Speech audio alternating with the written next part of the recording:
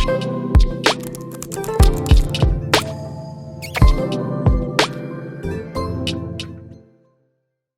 है हमारे पास heat engine और सेकंड लॉ ऑफ थर्मोडायनेमिक्स जो है वो किस तरह से आता है।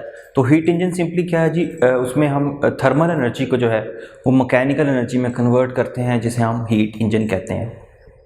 अब जैसे कि आपको स्क्रीन पर नज़र आ रहा है, इसमें हमारे पास जो है वो एक हॉट रेजरवायर होगी, एक कूल्ड रेजरवायर होगी, और हॉट रेजरवायर से जो है वो हीट जो है वो फ्लो करेगी नेचुरली और किस तरफ को जाना चाहेगी जी, कूल्ड रेजरवायर की तरफ। और जब वो हीट जो है वो किसी वर्किंग सब्सटेंस के थ्रू जो है वो हॉट रेजरवायर से कूल्ड रेजरवायर की तरफ जा रही है, तो हम दरमियान में उस हीट को यूटिलाइज़ कर सकते हैं किसी यूज़फुल वर्क के लिए, जो कि W की फॉर्म में हमारे पास आ रहा है। यहाँ पर जो हमारी आउटपुट है वो W है, और जो इनपुट है जो कि हॉट रेजरवायर से आ रही है वो जी हमारे पास Q1 है। तो जो हमें मिल रहा है W वो किसके इक्वल होगा, वो इक्वल होगा जी Q1 माइनस Q2 को, Q2 के।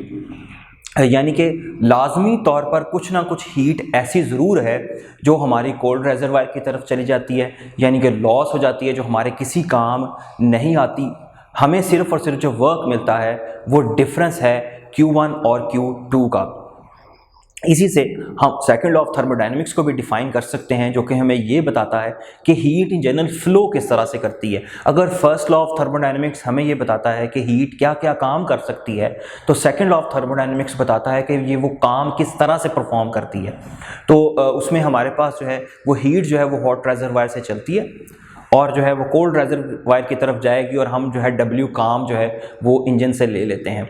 लेकिन सेकंड लॉ ऑफ थर्मोडायनेमिक्स जो है वो हमें ये कहता है कि वो बल्कि प्रॉपर एक कंडीशन इम्पोज करता है इंजन पे, और वो ये है कि हम कोई ऐसा हीट इंजन नहीं बना सकते जिसमें Q2 जो है वो ज़ीरो हो। यानी कि आपके पास सिर्फ और सिर्फ हॉट रेजरवायर है, कूल्ड रेजरवायर की आपको ज़रूरत ही नहीं है। अगर आप ऐसा कहते हैं तो ये बात बिल्कुल गलत है, क्योंकि हम कोई ऐसा हीट इंजन नहीं बना सकते जिसमें सिर्फ और सिर्फ एक रेजरवायर हो और दूसरी रेजरवायर ना हो। हमें किसी भी इंजन को बनाने के लिए दोनों रेजरवायर का होना ज़रूरी है हमारे लिए। तो इसका मतलब है ये जी कि आप Q1 चलता है हॉट रेजरवायर से, और अगर आप कहते हैं जी आपने सारे का सारा वो जो Q1 है उसको अगर आपने वर्क में चेंज कर लिया है, तो ये जो है ये पॉसिबल नहीं है according to second law of thermodynamics. Second law of thermodynamics जो है उसके अकॉर्डिंग हम कोई ऐसा हीट इंजन नहीं बना सकते जो हीट रिलीज ना कर रहा हो, जिसके लिए Q2 जो है वो ज़ीरो हो। अब फर्दर रिलेशनशिप देख लेते हैं जी हमारे पास हीट इंजन और रेफ्रिजरेटर के दरमियान। तो बेसिक सा जो है वो डिफरेंस है कि इंजन में हीट जो है वो फ्लो करती है हॉट रेजरवायर से और वो चलती है कूल्ड रेजरवायर की तरफ, और उसमें जो है ना मिड में हम किसी प्रोसेस के थ्रू जो है वर्क डन जो है वो हासिल कर लेते हैं। तो इसमें वर्क डन जो है वो हमारी आउटपुट है। लेकिन रेफ्रिजरेटर जो है, रेफ्रिजरेटर या हीट पंप जो है वो बिल्कुल इसके ऑपोजिट काम करता है कि उसमें हम वर्क करते हैं, काम करते हैं ताकि हीट को जो है वो लो टेम्परेचर रेजरवायर से यानी कि कूल्ड रेजरवायर से उठाया जाए और कहाँ रिलीज़ किया जाए, हाई टेम्परेचर रेजरवायर की में। यानी कि ये जो दोनों प्रोसेस हैं, इंजन और हीट पंप को हम रेफ्रिजरेटर भी कहते हैं, ये दोनों जो है ये ऑपोजिट किस्म के प्रोसेस हैं। इंजन में जो है हीट नेचुरली खुद फ्लो करती है और हम दरमियान में वर्क लेते हैं, लेकिन रेफ्रिजरेटर में क्योंकि आपने हीट को लोअर टेम्परेचर से हाई टेम्परेचर तक ले जाना होता है, इसलिए आपको काम भी करना पड़ता है। आप काम करते हैं और वो जो आप उस वर्क से हीट को जो है वो लो टेम्परेचर रेजरवायर से हाई टेम्परेचर रेजरवायर तक जो है वो लेकर जाएंगे। अब जो सबसे बेसिक इंजन जो है जिसको हम स्टडी करते हैं, जिससे हम बाकी तमाम इंजन जो है उन्हें डेवलप करते हैं, वो जी हमारे पास है जी कार्नोट इंजन। कार्नोट इंजन जो है वो एक उसमें वो एक साइकिल के प्रोसेस में चलता है। हमारे पास सिस्टम जो है वो ए पोजीशन पे है, उस वक्त उसका जो प्रेशर है वो उस ए के लिहाज से है और वॉल्यूम जो है वो भी इस ए पोजीशन के लिहाज से है, और उसके बाद जो है वो ए से बी की तरफ जाता है, बी से सी की तरफ जाता है, सी से डी और डी से फाइनली ए पे। ये एक साइक्लिक प्रोसेस है, इस लिहाज से हमारे पास जो है वो इंटरनल एनर्जी जो है एक साइक्लिक प्रोसेस में ज़ीरो होती है, इसलिए हमारे पास जो है इंटरनल एनर्जी जो है वो कार्नोट साइकिल में जो है वो हमारे पास चेंज इन इंटरनल एनर्जी जो है वो ज़ीरो होगा। अगर आप इसको सिस्टमेटिकली देखें ए से बी तक, तो हमारे पास आइसोथर्मल एक्सपेंशन है, और आइसोथर्मल एक्सपेंशन जब है, गैस एक्सपैंड कर रही है और आप उसका टेम्परेचर कांस्टेंट रखना चाहते हैं, तो आप जो है इस फर्स्ट प्रोसेस में हीट सप्लाई करेंगे ताकि टेम्परेचर जो है वो कांस्टेंट रह सके। तो यहाँ तक कि हमारी एक्सपेंशन होते होते पॉइंट जो है ना पोजीशन बी आ जाती है। अब गैस जो है वो बी पॉइंट पर है और आप जो है हीट देना जो है वो बंद कर देते हैं, देन फर्दर जो है वो एक्सपेंशन हो रही है और हमारा सिस्टम जो है वो बी से सी तक चला जाता है, लेकिन बी से सी तक आपने कोई हीट प्रोवाइड नहीं की। ये जो प्रोसेस है ये एडियाबैटिक प्रोसेस है और ये एक सडन प्रोसेस है। इस दौरान आपने कोई हीट सप्लाई नहीं की तो टेम्परेचर जो है वो डेफिनेटली चेंज हो जाएगा। टेम्परेचर जो है वो हमारा अगर इनिशियली जो है वो हमारा टेम्परेचर जो है वो T1 था, तो यहाँ पर हम हमारा जो टेम्परेचर है वो एक्सपेंशन कूलिंग होगी, ठंडी हो जाएगी गैस, तो टेम्परेचर जो है वो हमारा T2 हो जाएगा। नेक्स्ट हमारे पास क्या होगा जी, C से अगेन हम गैस को जो है वो कंप्रेस करना शुरू कर देंगे यहाँ तक कि हमारे पास जो है वो D आ जाता है, और C से D तक हमारी जो कंप्रेशन है ये आइसोथर्मल कंप्रेशन है। अब कंप्रेशन हो रही है, गैस जो है वो हीट अप होगी, लेकिन अगर आप टेम्परेचर कांस्टेंट रखना चाहते हैं तो अब आपको हीट जो है वो सिस्टम से निकालनी होगी, और Q2 वो हीट है जो कि हम सिस्टम से निकालते हैं ताकि टेम्परेचर को T2 पे कांस्टेंट रखा जा सके।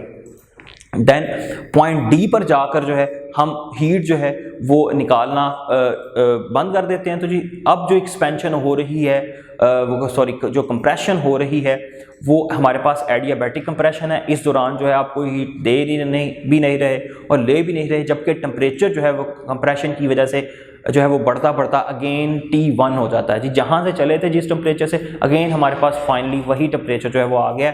तो हमारे पास जो पहले जो टेम्परेचर जो था वो T1 था, लेकिन during second process adiabatic expansion हमारे पास टेम्परेचर T2 हो गया। देन फाइनली हम टेम्परेचर तक जो है ना वो वापस आ जाते हैं। अगर आप जो है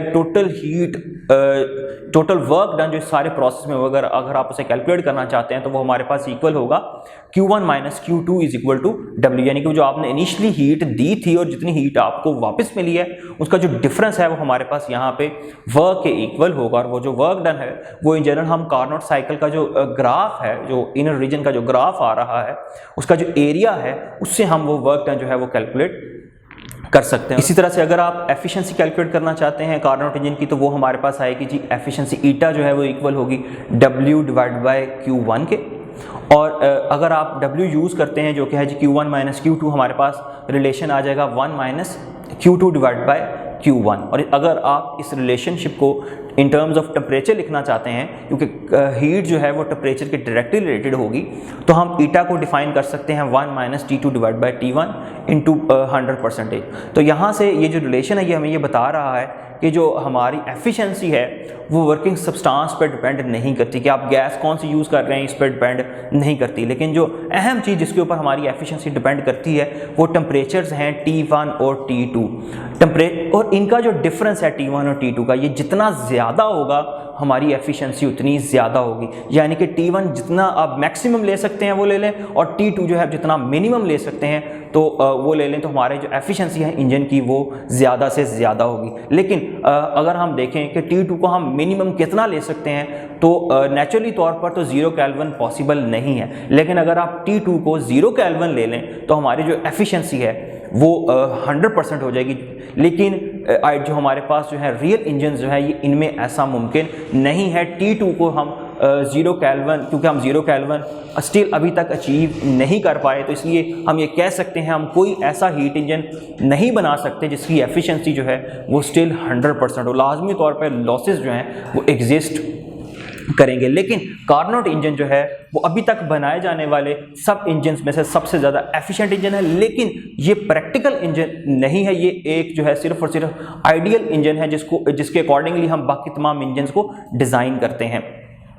इसके अलावा कुछ एमसीक्यूज हैं इससे रिलेटेड हमारे पास।